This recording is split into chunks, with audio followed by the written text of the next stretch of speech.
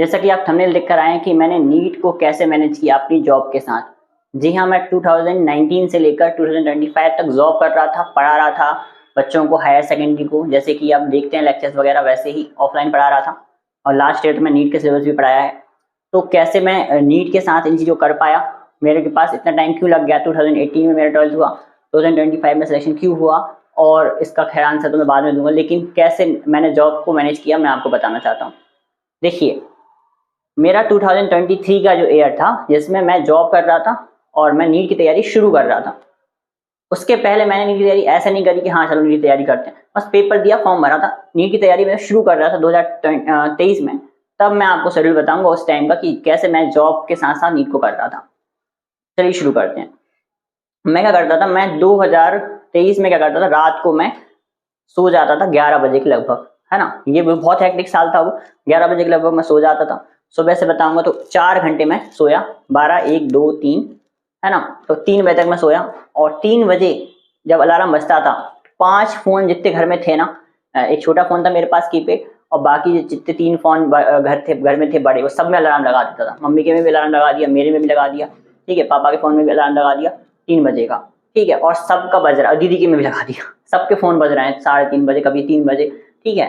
और कई बार मुझे डांट पड़ जाती थी क्योंकि मैं अब रोज उठ रहा है तो मिस भी हो जा रहा है, तो कई बार मुझे डांट पड़ जाती थी, लेकिन फिर मैं सबके में अलार्म लगा देता था, ठीक है, मेरी नींद खुल जाए ताकि।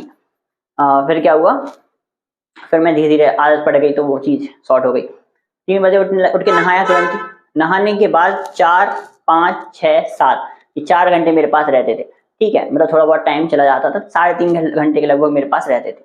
उसमें मैं 2 घंटे फिजिकल, 2 घंटे फिजिक्स देखता था, लेक्चर एमआर सर का लेक्चर देखता था, शुरू से ही देख रहा हूँ उन्हीं को। और 1 घंटा फिजिकल ऋतिक सर से पढ़ा, ऋतिक श्रीवास्तव सर से पढ़ता था मैं 23 में।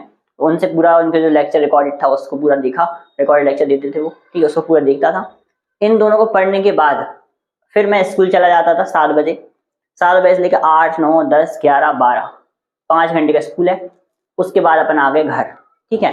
अब 5 घंटे के स्कूल के बाद घर आए, खाना खाया, उसके बाद पढ़ानी है कोचिंग। तो 2 बजे कोचिंग है, उसकी कोचिंग की और इसके बीच में मैं थोड़ा बहुत रिवाइज कर लेता था। फिजिक्स अलग पांडे सर से मैं पढ़ता था, है ना।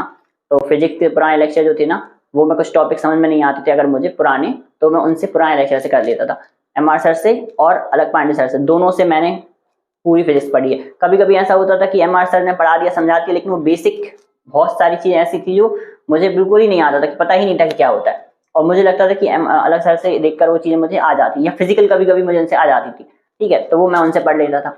इस तरीके से मैं दोनों को कंपाइल करता था। अब क्या है, 2 बजे से अपन ने कोचिंग पढ़ाना स्टार्ट किया, 3, 4, ठीक है, 4 बजे तक कोचिंग पढ़ा दी, ठीक है। इसके बाद फिर अपन फ्री हो गए, है ना। 4 बजे से लेकर फिर वही रात को 10 बजे तक मैं पढ़ सकता था। तो 5, 6, 7, 8, 9, 10, ऐसे 6 घंटे मेरे पास फिर रहते थे। उसमें भी मैं कोचिंग पढ़ाता था बच्चों को। तो मतलब मैं ऐसा था कि उस टाइम शुरू ही कर रहा था, तो मुझे इतना ज़्यादा वो नहीं था कि कैसे तैयारी करे, क्या करे, तो मैं बच्चों को ही पढ़ा देता था, है ना। नीट के बच्चों को, जो बायोलॉजी के हैं उनको पढ़ा देता था, है ना। तो बायोलॉजी पढ़ा देता था मैं उनको, और मैं उनको फिजिक्स पढ़ा देता था, और उनको फिजिकल पढ़ा देता था। जो भी मैंने अभी तक पढ़ा था वो सब उनको पढ़ा देता था, ठीक है ना। तो फिर शाम को अलग कोचिंग लग रही है, 2 घंटे मेरी नॉर्मल बैच चल रहा है, और शाम को अलग कोचिंग चल रही है। तो वो 6 घंटे में से 5, 6, 7, 8, 9, 10, ये 6 घंटे में से भी मैं 3 घंटे, 3.5 घंटे तक मैं कोचिंग पढ़ाता था। बाकी के 3 घंटे मैं खुद रिवाइज कर लेता था उनको। तो मैं क्या कर रहा था, 23 में पढ़ रहा था चीज़ें, कहीं से लेक्चर दिख रहा था, और फिर मैं उनको डिलीवर कर रहा था, बस इतना ही मैं कर रहा था। अलग से कोई टेस्ट देना, लेक्चर्स का डीपीपी करना, ये सब करना कुछ भी नहीं करा था मैंने 23 में, कुछ डीपीपी से हाथ भी नहीं लगाया था, ठीक है। पेपर आया, ठीक है, बच्चों को भी नहीं पता था एक्चुअली में कि मैं तैयारी कर रहा हूँ। हाँ, ऐसा था कि चलो पढ़ा रहे हैं सर, ठीक है, तो पढ़ लेते हैं। फिर 23 का जब पेपर आया, घर वालों को भी ज़्यादा कुछ पता नहीं था। हाँ, इतना था कि पढ़ाता हूँ मैं, ठीक है, तो उस तरीके से पढ़ना रहता है मुझे, बस पढ़ाने के लिए पढ़ना रहता है। ऐसा कुछ सीरियस नहीं था कि भाई नीट का माहौल चल रहा है, कि नीट की तैयारी चल रही है, ऐसा नहीं था, ठीक है, बस नॉर्मल नॉर्मल चल रहा था सब कुछ। फिर जब 23 का पेपर हुआ तो मेरे 550 नंबर आए। एमपी का जो कट ऑफ था वो 560 मार्क्स था, और मेरे मार्क्स थे 550, यानी 10 मार्क्स से मैं रह गया था।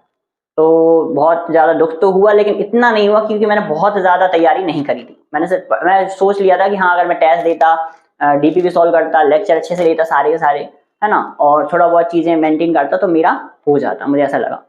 तो अब इसमें तैयारी करने लगा, ये जॉब के साथ मैंने मेंटेन करा, ठीक है। 8 घंटे लगभग लगभग पढ़ने के हो गए, बाकी के टाइम जॉब के हो गए, 5 घंटे स्कूल, 2 घंटे कोचिंग, 7 घंटे पढ़ाने के हो गए, और वो नीट को पढ़ा रहा हूँ तो फिर मैं पढ़ ही रहा था उस टाइम पे भी, अलग से ऐसा कुछ नहीं था। नीट के टाइम पे पढ़ाना तो मतलब बच्चों को नीट पढ़ाना मतलब पढ़ना ही है, उसमें कोई दिक्कत नहीं।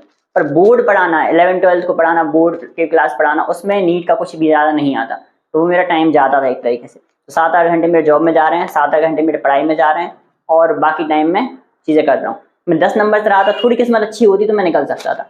पर एंड में मैं यही कहूँगा कि अगर तुम जॉब कर रहे हो तो तुम्हें पूरा डेडिकेशन देना पड़ेगा, कोई डिस्ट्रैक्शन नहीं होना चाहिए, कोई सोशल मीडिया नहीं, कोई गर्लफ्रेंड बॉयफ्रेंड नहीं, कुछ भी नहीं, सिर्फ और सिर्फ पूरा फोकस होना चाहिए। और एम्स तो नहीं मिलेगा, हाँ सिलेक्शन हो सकता है, ये गारंटी है हाँ कि सिलेक्शन हो सकता है, क्योंकि 10 नंबर से रहा था, हो सकता ना रहता, है ना।